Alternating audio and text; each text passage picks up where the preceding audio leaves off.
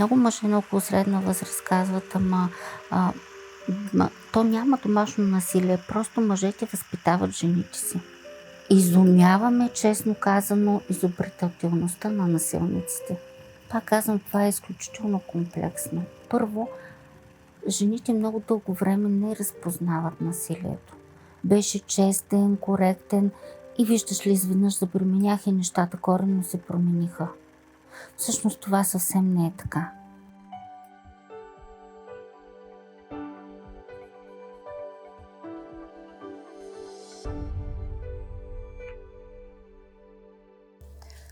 Започваме днешния епизод с една уговорка, че това е само едно начало, една първа част на темата, която ще отворим, защото е твърде важна.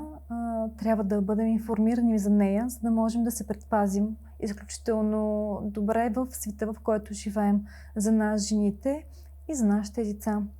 Днешният епизод започва с факти. Факти, които често остават скрити зад личните истории, срам и мълчание, на които очертават реалния мащаб на насилието над жени и деца в нашия съвременен свят. Според данните на Световната здравна организация, около 1 от 3 жени в света, което е приблизително 30%, е преживяла физическо или сексуално насилие от интимен партньор или от друг извършител през живота си. Това означава стотици милиони жени в глобален мащаб.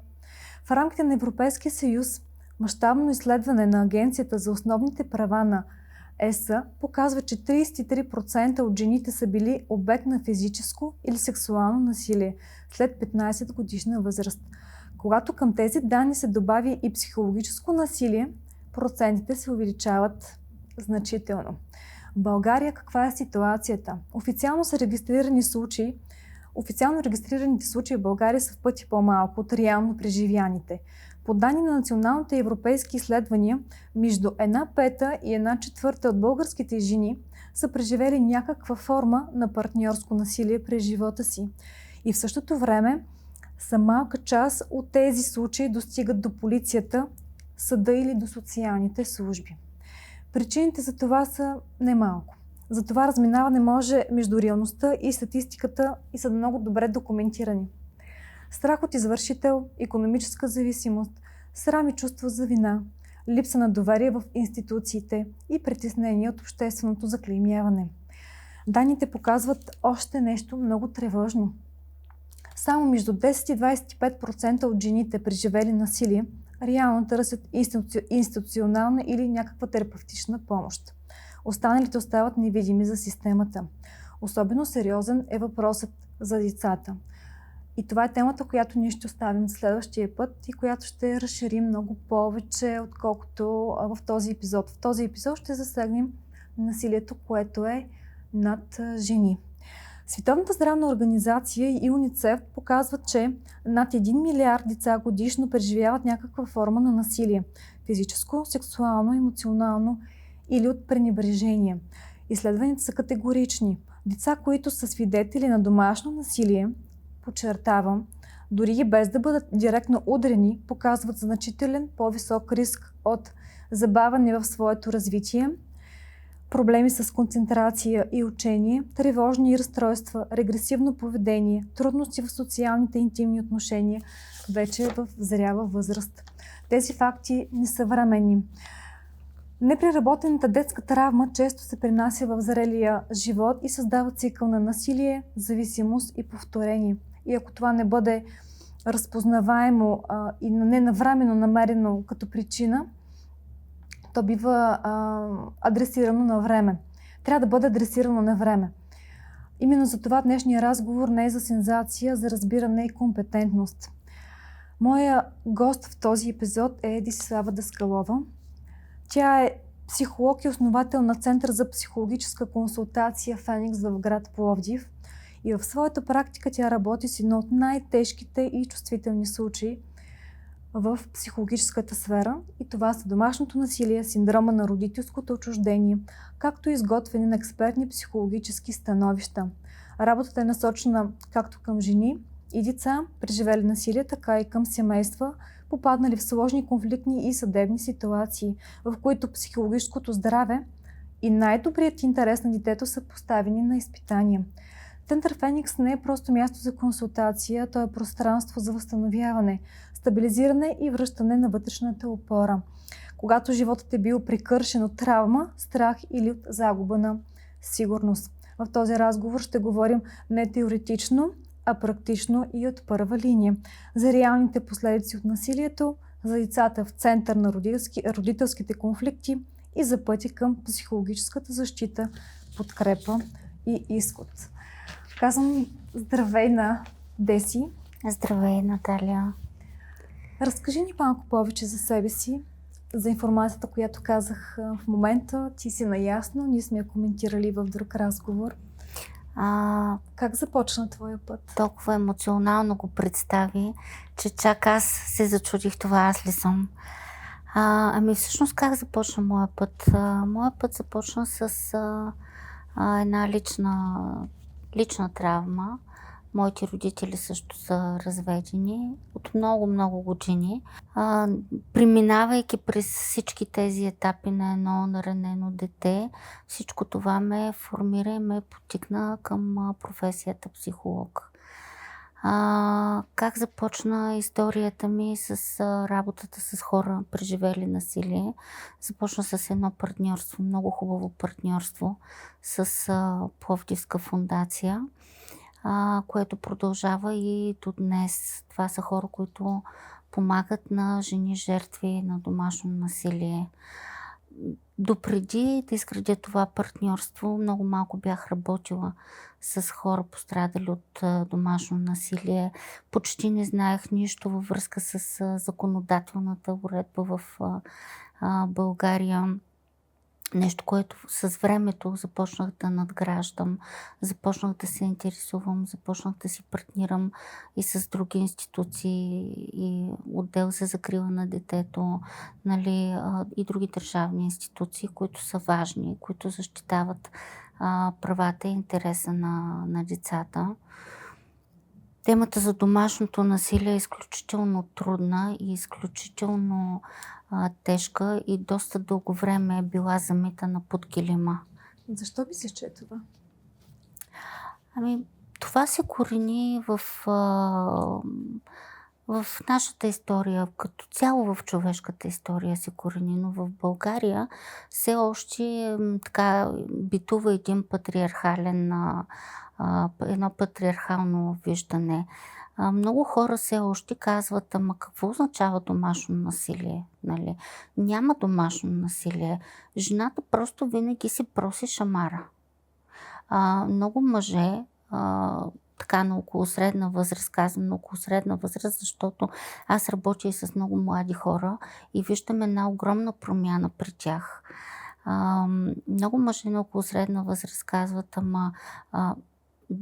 то няма домашно насилие, просто мъжете възпитават жените си. Отстрани погледнато, може би изглежда смехотворно, но така разсъждава средностатистическия българин.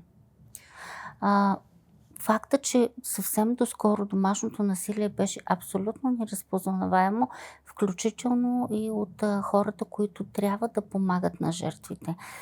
Доскоро и полицаите смятаха, че домашното насилие това е строго семейен проблем.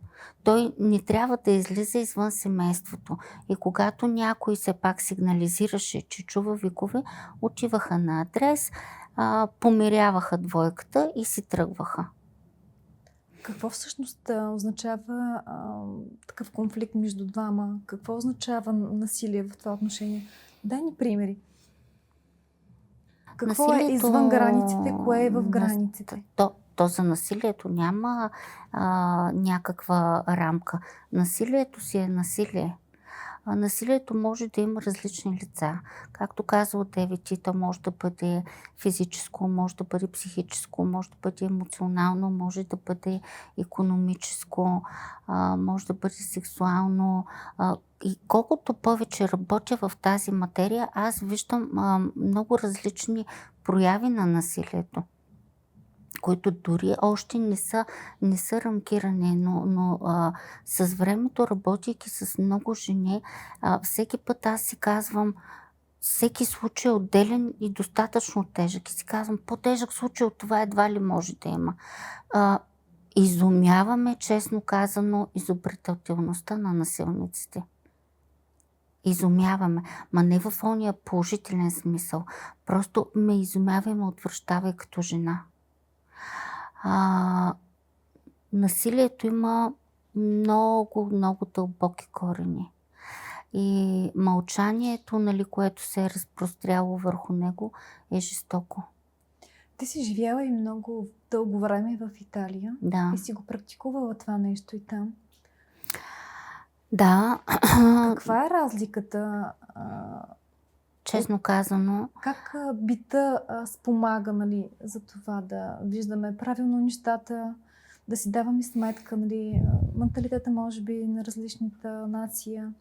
Къде ние тук всъщност бихме могли да работим повече за това да менталитета, възпитанието, начина на отношенията между мъжете и жените и, разбира се, религията също оказва много голямо влияние. Тук някакси нещата от към тази гледна точка, без да обиждам никого, нали, гледат се по един недобър начин.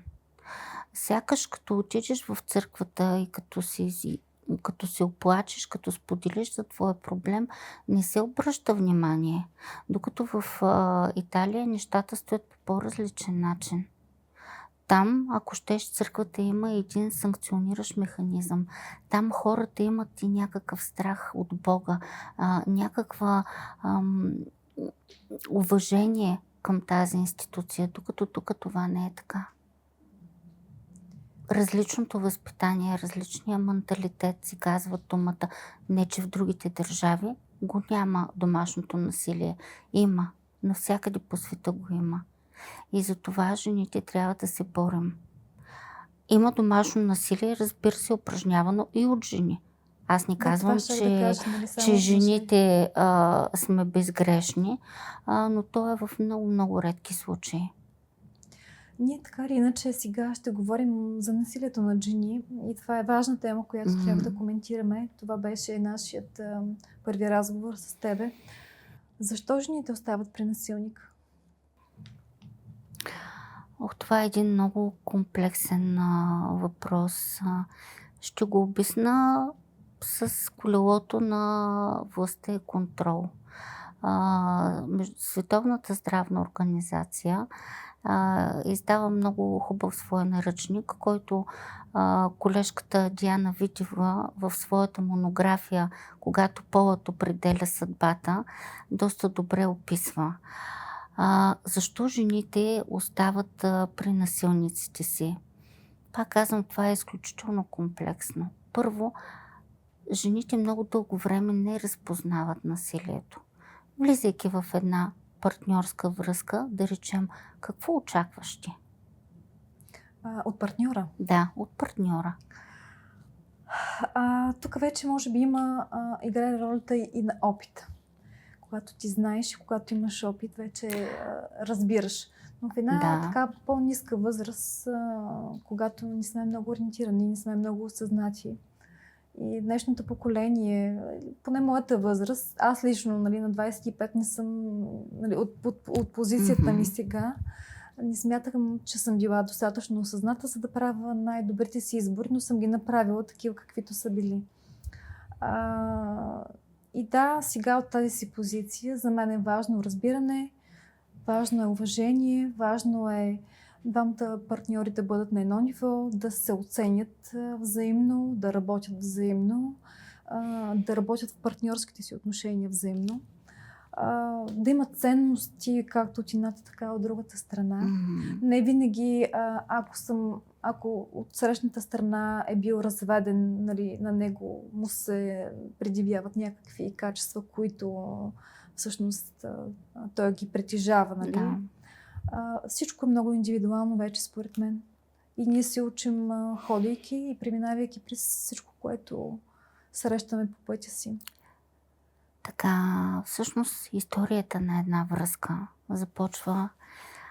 Всеки един от нас е имал връзки с една хубава, голяма любов, с много обещания, с много така добри намерения.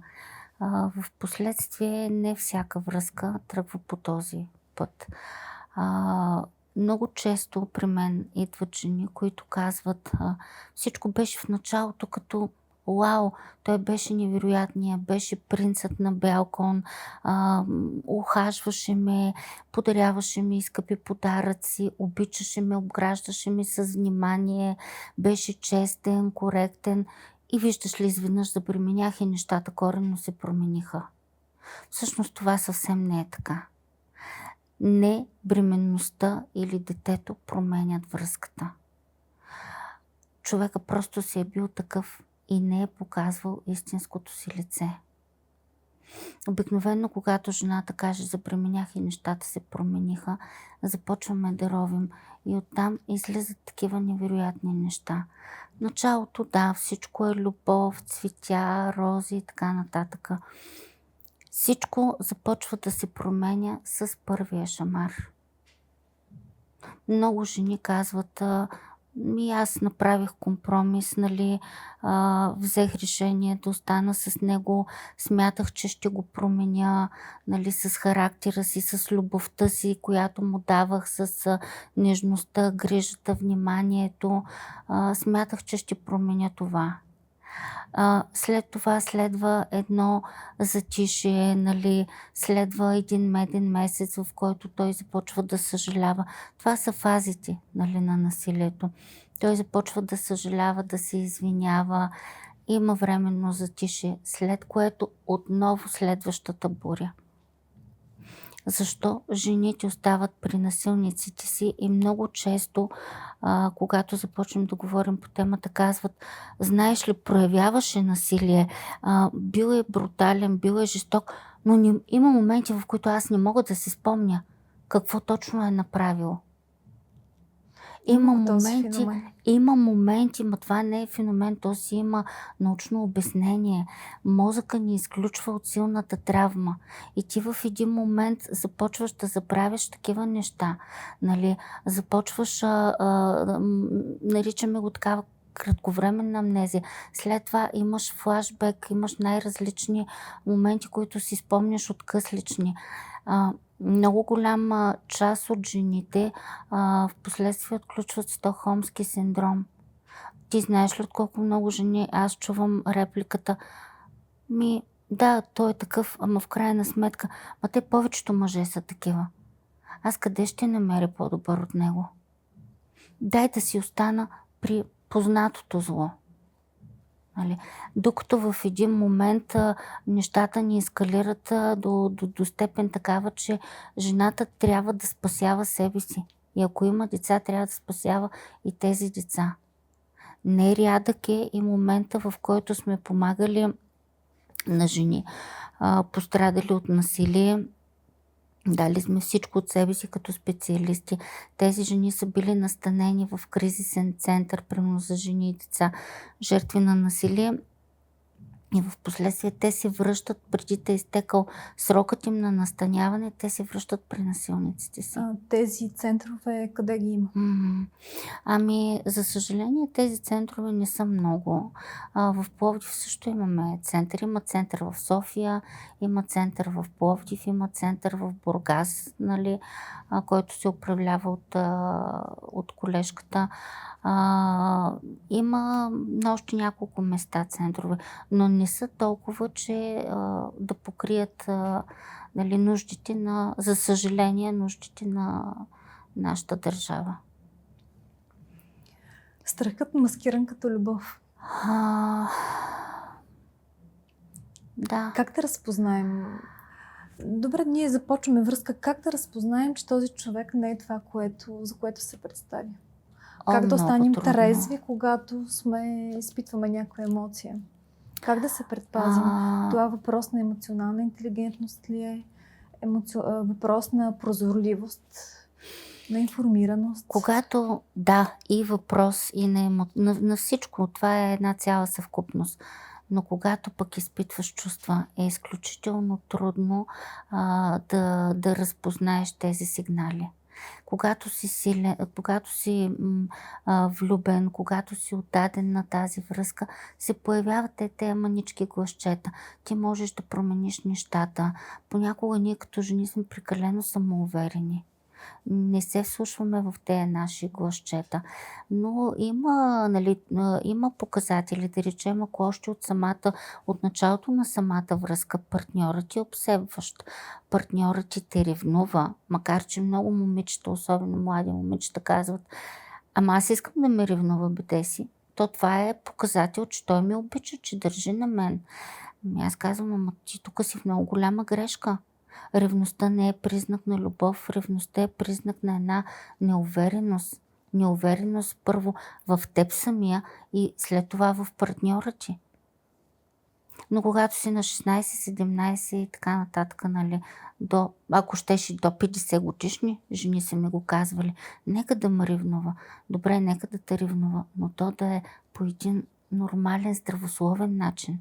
Нека не се прибягва до това да те заключва в къщи, да те лишава от комуникация с твоите близки, с твоите приятели, да ти държи сметка за всяка една стотинка. Говоря на прост език, така че да е разбираемо за всички. Защото много жени не разпознават различните видове насилие. Какви са видовете насилие? Има различни. Как може една жена да припознае, гледайки, ние ни слушайки, как може да разпознае, че тя може би има нещо, което тя сама скрива зад илюзията. Да речем, той ще се промени и той не е такъв.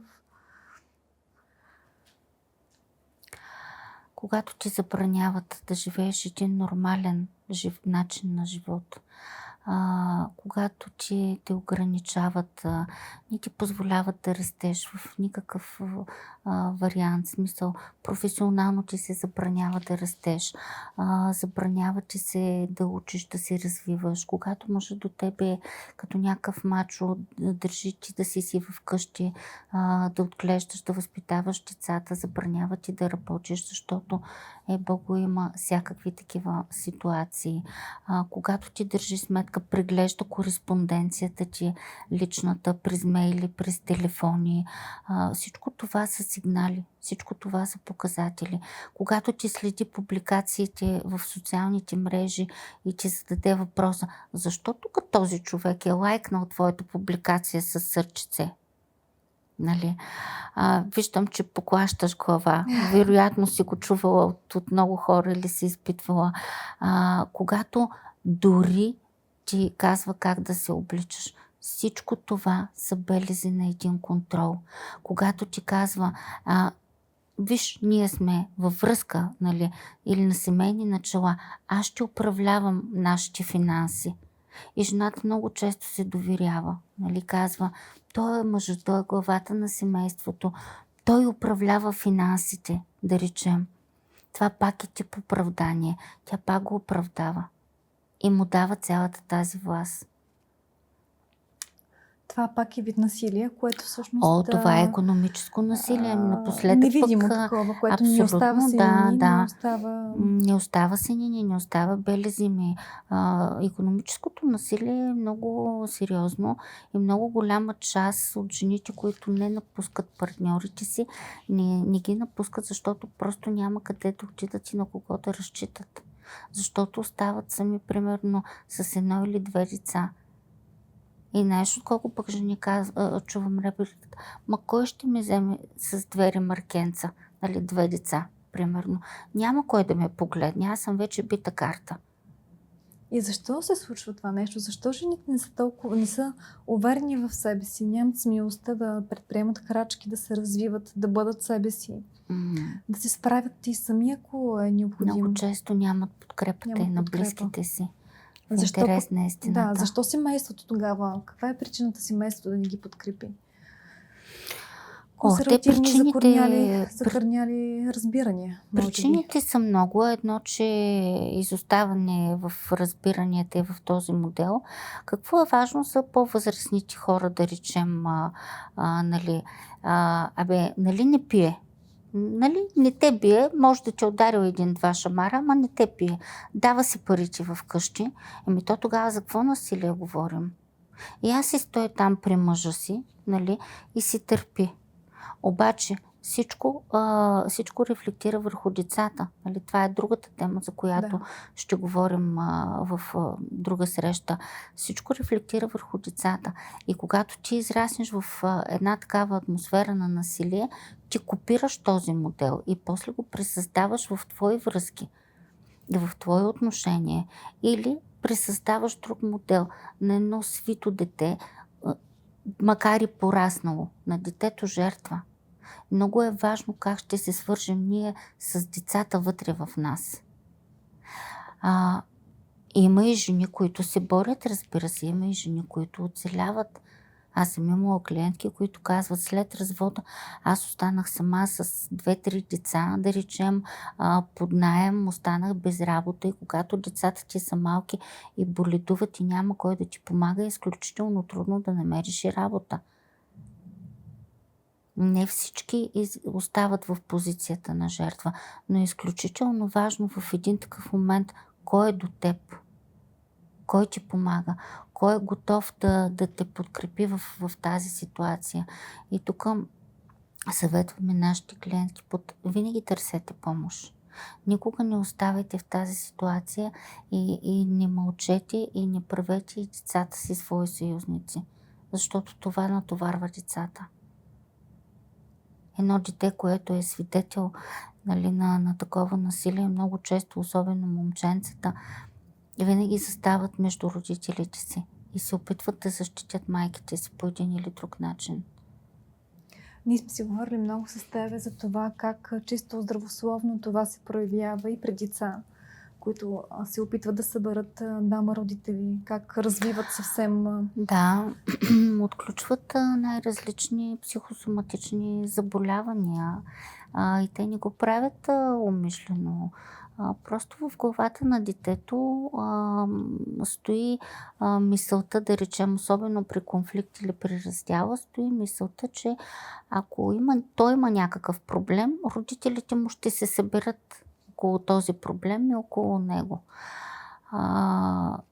Но насилието се отразява върху здравословното състояние и на жените. Да, това ще да кажа като следващ въпрос, нали, как насилието остава в тялото? От твоя опит, от хората, с които си срещнала. Насилието остава в тялото през това, че то не може да бъде изкарано през думи и през емоции. Тялото помни всяка една наша рана. И тогава, когато, да речем, при мен дойде жена с някакъв сърдечен проблем или с някакви хронични болки в тялото си, тръгваме оттам през какво е преминала, нали, какво е преживяла. Изговарянето на всичките тези преживявания помага много на хората. Задържането на болката и на травмата те разболява допълнително. И за това са подходящи MDR терапиите, за това са подходящи йога терапията, съчетана с психотерапията. Имала съм и все още имам, нали, клиенти, които вследствие на тежък физически, нали, тормоз са загубили дори органи. Насилието пречупва човека. Нали, не говорим само за физическото, тук говорим и за психическото и емоционалното. То пречупва човека, то го променя като личност и като индивид и не му позволява да продължи нататък. Трябва да си много силен и да имаш много силна подкрепа на близки и на приятели, за да продължиш. И ако имаш и деца, за които трябва да се грижиш, да. Ти създава още по-голяма трудност, защото ти не си пълноценен родител в случая. Затова наистина... Не си, защото нямаш време, когато, примерно, да речем, останеш сам родител и трябва да работиш и да се грижиш за тези деца, ти нямаш и много време за тях. Имам клиентка, която работи в момента на 3 места, за да може да издържа себе си и децата си. Самата тя, вследствие на тежко насилие, въпреки че от доста години разделена с партньора си, но чисто физически е разделена с партньора си, той продължава да упражнява насилие през децата. През това, като ходи всеки път да ги вижда, да ги взима, унижава я, обижда я, позволява си намеса в личния й живот. От тая гледна точка той продължава да си е насилник в нейния живот. И тя няма как да се излекува по този начин. Към кого трябва да се насочат и да се обърнат жени, жени, които са били под такова насилие? Сега зависи много на какъв етап са. Разбира се, промениха доста закона за домашното насилие през последните няколко години. Ти знаеш, за съжаление, и за случая с Дебора. Но въпреки промените има още доста неща, които трябва да се променят. Полиция, разбира се. Първото нещо, което съветваме нашите клиентки, е да потърсят помощ на 112, за да има документиран сигнал, че тази жена е потърсила помощ. Това ще е от голяма полза в последствие. Сигнали ако до се полицията. Стигне до съд в някакъв момент. Ако се стигне до съд в някакъв момент, да. И то много зависи, пак казвам, на какъв етап е връзката. Ако тя е в ситуация на насилие, ето сега случая, който ти разказах преди малко, да, помогнахме на една жена, измъкнахме, настанихме в кризисен център, съвместно с няколко институции. Впоследствие тя се върна отново при насилника си. Последва онзи меден месец, за който говорихме. Цветя, рози, почивки, обещания и така нататък. След което обаче минаха не повече от 4 месеца и тя започна отново да ми пише. Той отново ми посегна. Включително и сега, на Нова година беше писала жената и каза към кого да се обърна. И тъй като тя е чуждестранен гражданин, логично е, освен към полицията, да потърси помощ от собственото си посолство. Много са трудни такива казуси, защото институциите действат бавно. А дали ефективно след това действа? Дали има ефект от тяхното взаимодействие с съответния проблем? Много болезнен въпрос ми задаваш, да ти кажа честно. Въпреки че промениха законодателството, аз не виждам то да е ефективно. И знаеш ли защо? Защото стига се до съд. Издават се едни ограничителни заповеди. Тази ограничителна заповед обаче е къс хартия, която системно е нарушавана. Да, на практика, след като нарушиш ограничителната заповед, следва санкция. Има хора, които това не ги плаши. Тя е парична или не, с какво е свързана? Санкциите могат да са различни, освен финансови, което е голяма рядкост. Може да последва арест, може да последва едно известно време изтърпяване на присъдата, може да последва като присъда пробация. Насилници това не ги плаши. Системно моите клиенти се оплакват, че тази ограничителна заповед не им дава онази сигурност, която повечето хора като гледат филми казват, еди кой си има ограничителна заповед, виж как е в Америка, виж как е в другите държави. Не, тук не е така. Тук се е случвало един и същи човек да наруши 5 пъти ограничителната заповед, жената да звъни в полицията, докато обаче дойдат полицаите, той отдавна си е тръгнал. И трябва да търсиш свидетели, че той наистина е нарушил ограничителната заповед и че ти не си измисляш. Иначе излизаш ти виновния. Каква е практиката в други страни?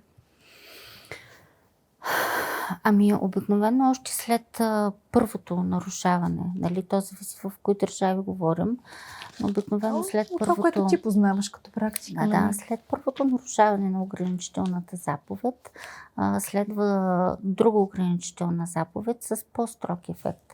Ако пак я нарушиш, директно те арестуват и оставаш за няколко месеца в затвора. Тук обаче това не е така. Тук можеш до безкрай да Тук нарушаваш и да точно не така, се вземе тук по можеш до предвид това безкрай нещо. да нарушаваш тази ограничителна заповед. И това води до Да не говорим, че изключителни... има някои ограничителни заповеди. Тук вече малко навлизам в юридическата сфера, но аз съм ги виждала ограничителни заповеди за въздържане от домашно насилие. За въздържане. Въздържане от домашно насилие. Тоест, лицето еди си кое си се задължава да се въздържа от домашно насилие. И ако примерно, да речем, двамата души вече не съжителстват заедно, какво означава да се въздържаш от домашно насилие? Това как рефлектира на вас специалистите?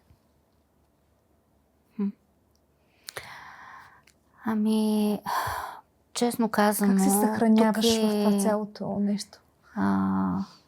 И ти имаш семейство, и ти имаш деца, и ти имаш хора, за които да си грижиш. Как се съхраняваш в това да бъдеш цялостна и в твоето семейство и да бъдеш ефективна в своите съвети към човека, към когото е поискал помощ от тебе? Много добър въпрос. Напоследък все по-трудно. Все по-трудно се случва това, защото не виждам ефективност от прилагане на законите. Не виждам ефективна работа от страна на институциите. Съжалявам, ако съм много рязка. Когато подготвях дисертацията си към Пловдивския университет, за което съм много благодарна на моята научна ръководителка, доцент доктор Илица Димитрова. Доста контактувах с нея, тя доста така ми помогна да се измъкна. Аз бях зациклила в едно колело, но това, че не виждам светлина в тунела. Трудно е да продължиш и е трудно. Знаеш ли защо? Защото ние като специалисти също не сме защитени. По никакъв начин. По никакъв. И го казвам, защото аз самата преминах през един такъв цикъл на насилие от страна на бивш партньор на моя клиентка. Той към мен като терапевт си позволи да ме обижда, да пише постове, да прави видеоклипове, потърсейки също като моите клиенти, аз потърсих правата си в съда. След 4 години, знаеш ли какво се случи? Изгубих делото. Защото нямаше достатъчно доказателства. Това се случи. И в този ред на мисли, понякога ние като специалисти самите се чувстваме безсилни, защото как да помогнеш на човек, как да го мотивираш да върви, да се бори за правата си, за правата на децата си, като виждаш, че ти самия си минал по този път. И ефектът е негативен. И не си защитен по никакъв И не начин. си защитен по никакъв начин.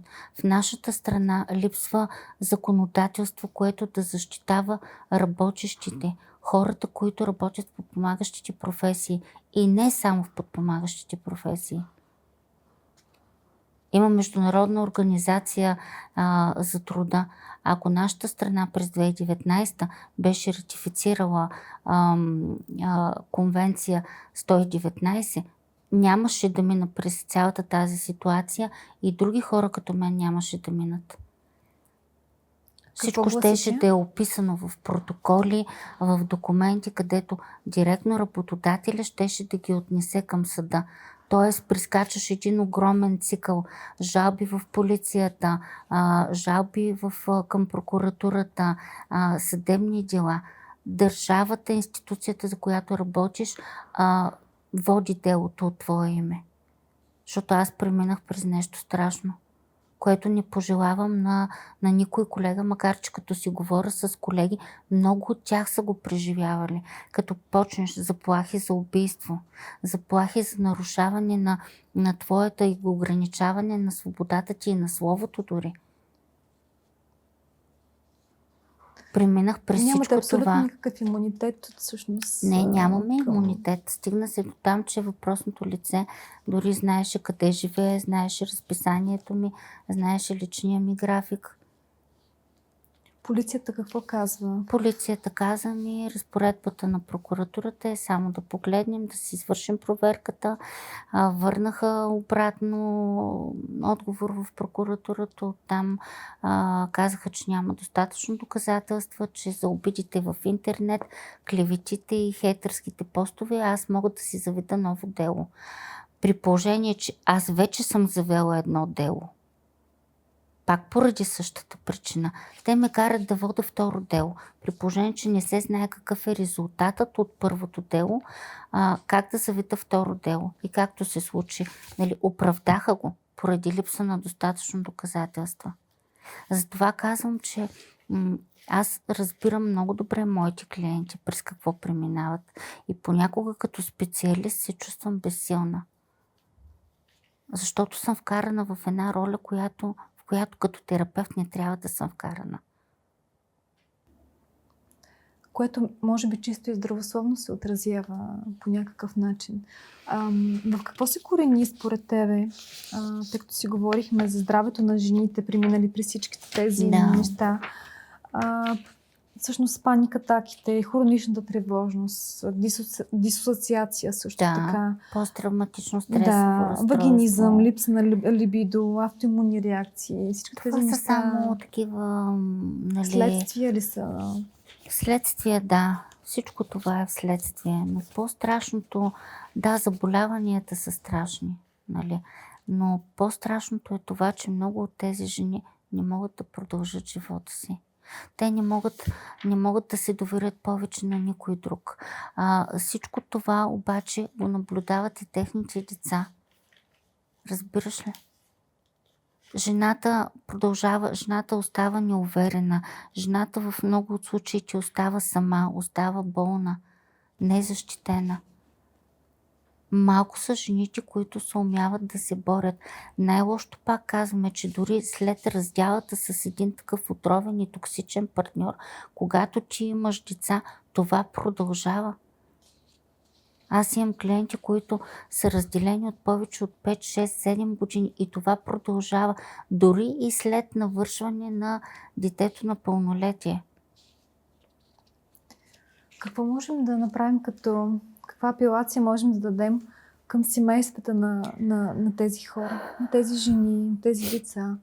Как трябва да влезнат в това положение? Как можем да дадем някакъв апел към това да бъдат най-голямата подкрепа, ако подкрепата на институцията няма? Какво могат да направят? Най-важно е семейството. Ако жената още при първия сигнал, който подаде към родителите си, получи тяхната подкрепа, няма да се стигне до всичките тези негативни последици. Подкрепяйте своите дъщери, подкрепяйте жените до себе си. Не ги оставяйте в такава ситуация. Но на жените мога да кажа, че трябва да продължат да се борят въпреки всичко. Защото ако те се примирят, какво ще стане с нашето общество? Тежка е темата. Темата е тежка, темата е ужасна, но ти самата виждаш колко много жени бяха убити още от началото на миналата година. И това може би е една много малка част от цялата истина. Съвсем, може би, още по-жестоко. Всичко, което може би е закрито и подмятано така под килима и забравено. Какво означава да поемеш отговорност, без да се обвиняваш, насочено към жените? Как да излезнат от тази ситуация, поемайки отговорност, разбирайки правилно ситуацията, минавайки през терапевт? Лесно ли се поема тази отговорност? Не, жените много дълго изпитват едно чувство за вина. Много дълго време. Особено ако не са подкрепени от близките си. Много често чувам, аз съм виновна за това, че си потърсих правата, аз съм виновна за това, че развалих семейството си. И тази вина ги задушава. Да поемеш отговорност означава да поемеш контрола за живота си и за този на децата си в свои ръце. но първо трябва да се преборят с чувството за вина и за зависимост съответно. Това е много важно за жените. Важно И не само като в контекста на разговора ни, като цяло е важно. Да поемаш отговорност за себе си и то за не себе в крайен си, етап. за своите постъпки, за това, че ако щеш си се е свързал с един такъв партньор, поемаш тази отговорност и продължаваш да се бориш въпреки всичко, въпреки близките си, въпреки институциите, въпреки мнението на околните. Ето това пропуснах да кажа, че много често чувам така от клиенти. Аз и то така на по-голяма възраст. Да, аз ще си тръгна, ще го напусна. Ама какво ще кажат хората? Какво ти пука, какво ще кажат хората? В крайна сметка, ти, когато си затвориш вратата и си сам с този човек, никой не идва да те пита как си. Точно така. Добре ли си? Добре ли живееш? Имаш ли онова спокойствие? Щастлив ли си? Най-малкото. Щастлив ли си? Защото искам да ти кажа, че много хора чуват и много хора виждат насилието в дома на съседите си, обаче си затварят очите. Тази черта чисто национална наша ли е или го има навсякъде? Защо не сме готови да помогнем на отсрещната страна, на непознат да помогнем? Ето в случая в Щатите, когато убиха една жена съвсем на публично място. Да. Всички стоим и... Докато има мисълта, то това на мен не може да ми се случи. Или, примерно, какво ме интересува? Това не е мой проблем, той не ме засяга. Макар че искам да ти кажа, че домашното насилие засяга абсолютно всеки един от нас. Защото то ни формира като социум, като едно общество. Защото доста, ако щеш, и средства се залагат в програми, в проекти, в разни такива парадигми, уж да се помогне. Но това не е така. Насилието не можем не трябва повече да го прикриваме. Това е брутално. Първо пред себе си да го признаеш. Първо трябва да осъзнаеш, че ти самия си жертва. Оттам тръгва цялата история. Как излизаме от ролята на жертва? Първата крачка е с осъзнаването. С факта, че някой си играе с теб, някой те манипулира, някой упражнява насилие. Например, последно време зачести това, този тип икономическо насилие, по един или друг начин да караш партньора си да тегли кредит. И в последствие, ето както сега имам една клиентка, тя казва: бях изтеглила кредит преди да се разделим. Кредита, не е изтеглила кредита, станала е гарант. Нали? Да. Разделихме се и в момента той не плаща кредита, аз съм гаранта. Не плаща издръжка, не плаща кредит. Това е пак насилие, икономическо насилие. Че отново принуждаваш партньора си да е в един обяснителен режим и в един режим да те издържа и да поема твоите задължения. Какво бихме искали всяка една жена да знае за насилието? Как да говорим с дете, което е преживяло травма, ще коментираме в следващия епизод. Но дай съвет, насочи някакво послание към жените, които не виждат, прикриват насилието с някаква любов, с мили думи, с това той ще се промени. Какво би дала като послание за това да се осъзнаят, да намерят всъщност така отговорност и сила в себе си, да могат да продължат и да видят нещата по-ясно, по-ясната картинка? Всъщност за мен осъзнаването е свързано с, освен с едно личностно израстване, с поделяне с много други хора. С четене и споделяне. Защото колкото и да си сляп в един момент, всичките тези въдици започват да те дърпат и не може да си изгубил до там своята чувствителност.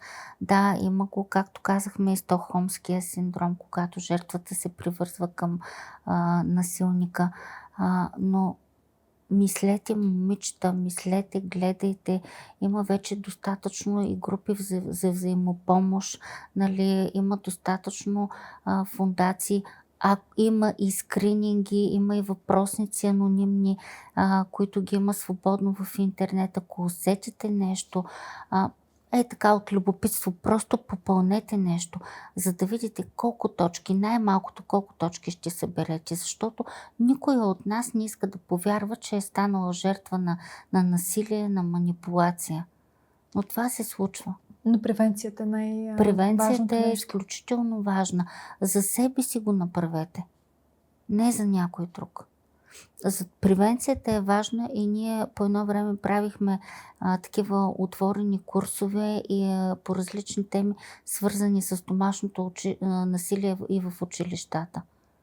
Нямаш представа колко много деца откликнаха и колко деца казаха: да ми ударят един шамар за мен е напълно естествено и нормално. Това е още по-голяма тема. Тя е следствие Да. на всичко това, което казахме до сега и ние ще го продължим. Ти си донесла една книга при нас. Да, това е книгата на доктор Видева. Това е когато полът определя съдбата. Бих я препоръчала на доста млади момичета. Там е описано всичко. Но има и много други книги, много други ръководства, които са абсолютно достъпни в интернет. Смяташ, че в България патриархата все още... Да, аз казах и в началото, много трудно ще избягаме от него. Много трудно. Дори ако щеш, скоро така в личен план ми се наложи да пиша едно обяснение към една институция и когато написах, че човека съответно е проявил насилие и агресия към мен и че той е домашен насилник, всъщност човека, който прие жалбата, беше мъж. И съпруга ми каза: моля те, много внимавай, защото тук всички са мъже. Нали? Не всеки мъж ще приеме, нали, че ти наричаш друг домашен насилник. Ма казвам: да, но той си е такъв. Но той това е администратор, осъден, който трябва да приема нещо. Абсолютно, би ли трябвало да. Не би трябвало да замисля, прави нали? оценки, не би трябвало, нали. Може би аз тогава малко емоционално така реагирах, но факта, че собственият ми съпруг каза: внимавай с оценката, все пак тук са мъже на 90%. Така че трудно ще се измъкнем от тази парадигма. Но има организации, има различни неправителствени организации, има българска платформа за европейско женско лоби, чието член съм. Там сме обединени различни организации от такива жени, които се борят за правата си. Така че аз съм оптимистично настроена. Да, всъщност е хубаво да има повече организации, които да бъдат подкрепящи жените и към които, примерно, жена, която има необходимост от информация, да знае на къде да се насочи. Трябва повече информираност да има. Аз се надявам, но се страхуваме от фактите, страхуваме се от числата, които всъщност са доста ясни. Това, което и в началото споменах. Няма какво да се страхуваме. Колкото повече говорим по темата, толкова по-добре, нали. Вместо да се страхуваме, трябва да дигнем глава и да кажем, да наречем нещата с истинските им имена. Няма смисъл от това мълчание. То не е полезно на никому. И аз ще отговоря, както отговорих и на последната си клиентка. Върна се, направи крачка назад. Знаеше, че това ще е груба грешка. Но ти го направи в името на децата, въпреки че всички ние ти казвахме, именно в името на децата трябва да си тръгнеш и да продължиш напред. Не вярвай в промяната. Може крайно да звучи, Но когато се Не, е така е. случило нещо толкова сериозно, следващата крачка каква е? Да изгубиш живота си. Продължаваме темата с тебе в следващия ни епизод. Благодаря за което. За мен е чест, нали, да си тук и да коментираме тези теми. Още с първия разговор с тебе просто влезнахме в един изключителен интересен разговор. Имахме теми, които да обсъждаме. Благодаря на хора като теб, че ви има, че знаете, че се отдавате много човешки и искрено на тази кауза. И благодаря. Аз също благодаря за поканата. Надявам се през твоето предаване много хора да видят и да се замислят за много неща. И да потърсят помощ. Да потърсят помощ. Там, където всъщност ще получите най-добрата помощ и най-добрата информация за това как да се справите. Благодаря ви.